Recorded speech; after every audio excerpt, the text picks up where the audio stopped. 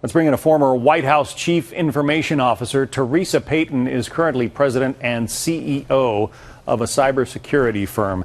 Teresa, the government has a system. It's called Einstein, is the acronym, that is supposed to stop this kind of thing.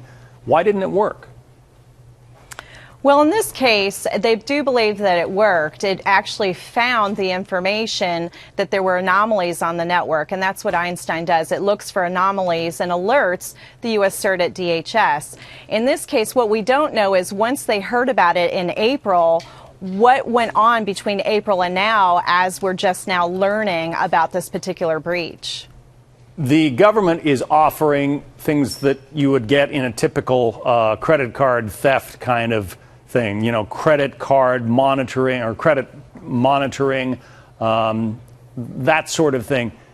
These aren't hackers, apparently, who are interested in using your credit card number to go buy something at Amazon. Is that going to be effective or even useful here? It might be useful only from the standpoint of this particular cybercrime group might decide, hey, we need a little bit of money, let's package this information up and sell it.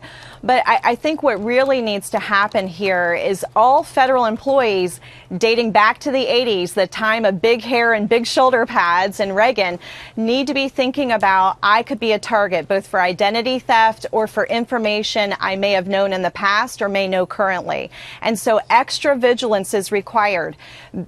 Ask a lot more questions when you get a phone call out of the blue. Ask yourself a lot of questions when you get an email asking for information, and be very guarded on social media.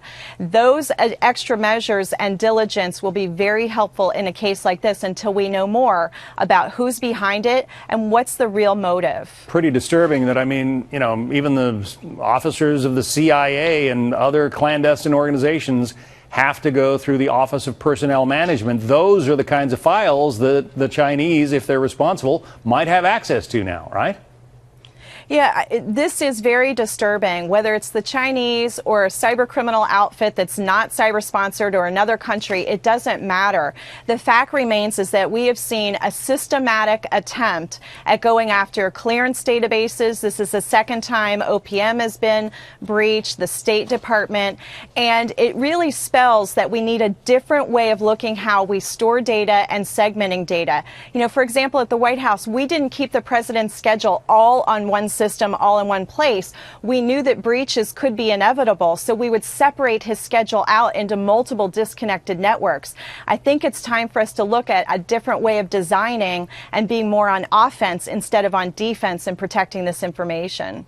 Teresa Payton, the CEO of the Fortalice Security Forum. Teresa, thanks for your expertise. Thanks for having me on.